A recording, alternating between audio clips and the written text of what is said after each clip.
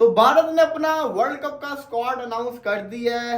19 बंदों का ये स्क्वाड है, 15 वैसे, 4 ट्रैवलिंग रिजर्व है। इसके ऊपर आपको अपडेट दी थी, लेकिन हम इसको एनालिसिस करेंगे, इस स्क्वाड का स्ट्रेंथ और वीकनेस के ऊपर डिस्कशन करेंगे। देखिए, मसला तो है, मैंने इस स्क्वाड को 8.5 मार्क्स दिए थे। मैंने 1.5 नंबर क्यों काटा था, उसकी कोई वजह थी। वैसे तो ओवरऑल हर खिलाड़ी बड़ा तगड़ा है, बड़ी खतरनाक किस्म की टीम है, इसमें कोई शक नहीं है। एक तगड़ी टीम के साथ इंडिया जा रहा है, लेकिन इनके पास पॉकेट के अंदर इतने ऑप्शन मौजूद हैं कि उन ऑप्शन को अगर आप देखो तो फिर आप कहते हो कि यार इसको भी होना चाहिए था, और अगर वो होता तो फिर आपने कहना था यार इसको भी होना चाहिए था। अब जो सबसे बड़ी बहस चल रही है वो चल रही है रिंकू सिंह के ऊपर। 89 की एवरेज T20 के अंदर, 179 का स्ट्राइक रेट, इनको आपस में कंबाइन करो 260 प्लस बनता ही है। अगर T20 क्रिकेट के अंदर आपका स्ट्राइक रेट और आपकी एवरेज 200 के आसपास हो या 200 क्रॉस करती हो तो आप बड़े खतरनाक किस्म के प्लेयर समझाते हैं। रिंकू सिंह का कितना बनता है, 260 के आसपास, तो ये तो बहुत ही ऊपर कहानी चली जाती है।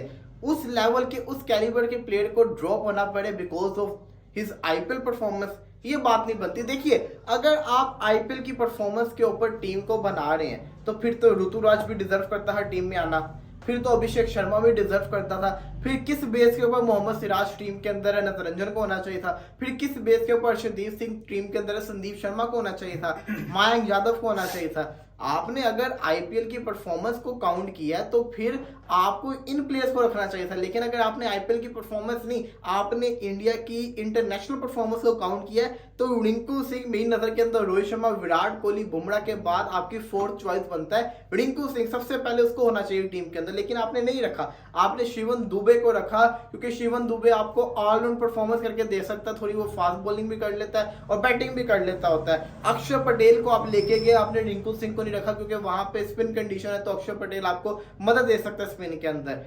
ट्रैवलिंग रिजर्व के अंदर रिंकू सिंह है लेकिन उसको नहीं रखा। अब्दुल्ला साहब, वैसे स्क्वाड की अगर बात करें एक दफा दोबारा से बता देते हैं, रोहित शर्मा, यशस्वी जायसवाल, गिल को ट्रैवलिंग रिजर्व में कर दिया, विराट कोहली, सूर्य कुमार यादव, हार्दिक पांड्या, शिवम दुबे, रविंद्र जडेजा, युजवेंद्र चाहल, कुलदीप यादव, अक्षर पटेल।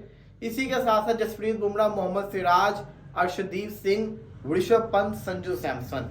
खुशी इस चीज की है, इस दफा इन्होंने पूरी कोशिश की, संजू सैमसन को रख के लोगों को खुश किया, कोशिश की ऋषभ पंत को रख के लोगों को खुश किया, हर खिलाड़ी को रखा, एक पे कुर्बानी दे दी, उसकी वजह से सारा मजा किरकिरा हो गया। शुभमन गिल को ट्रैवलिंग रिजर्व में क्यों रखा गया है?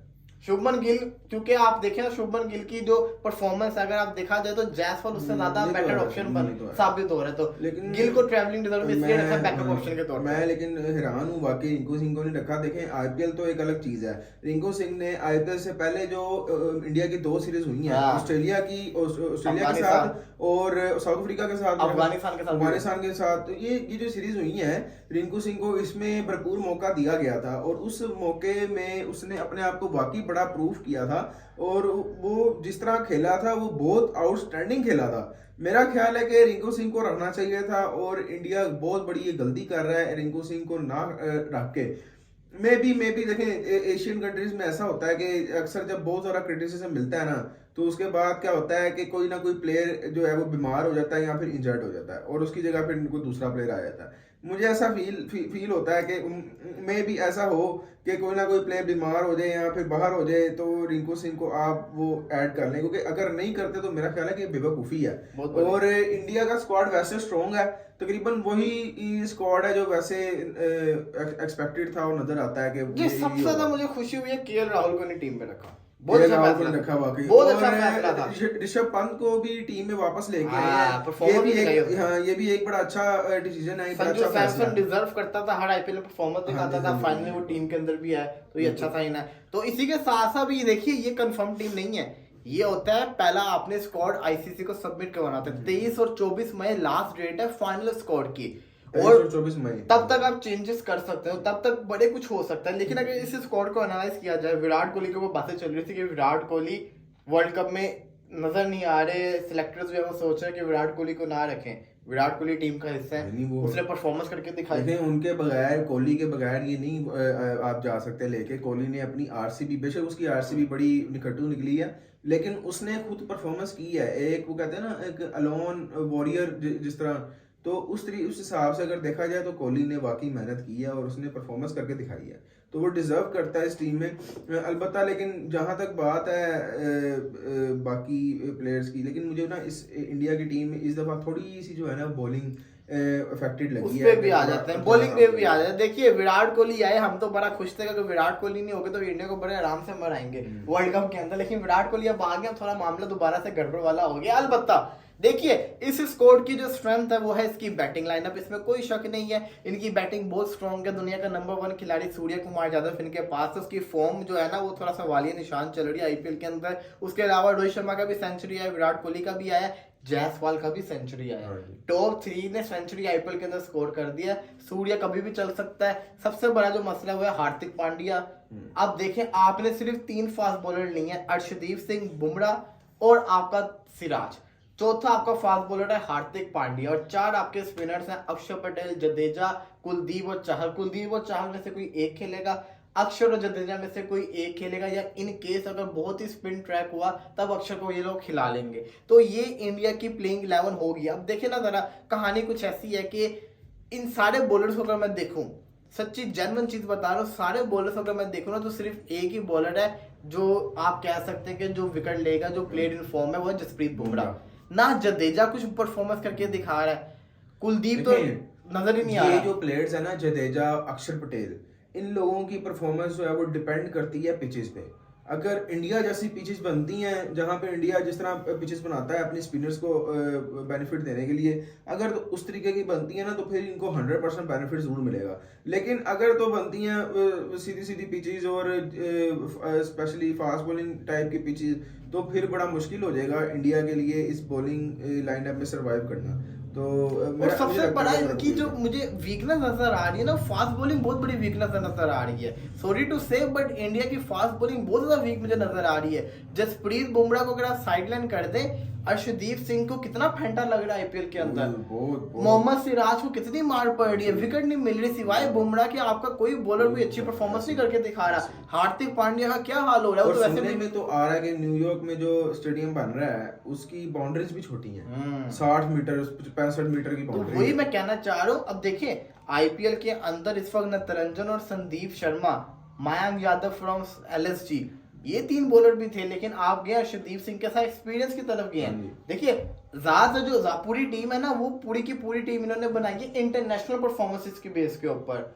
आपने अगर इंटरनेशनल परफॉर्मेंसेस कोई काउंट किया तो फिर मुझे गुस्सा इस चीज का आता है, व्हाई नॉट रिंकू सिंह?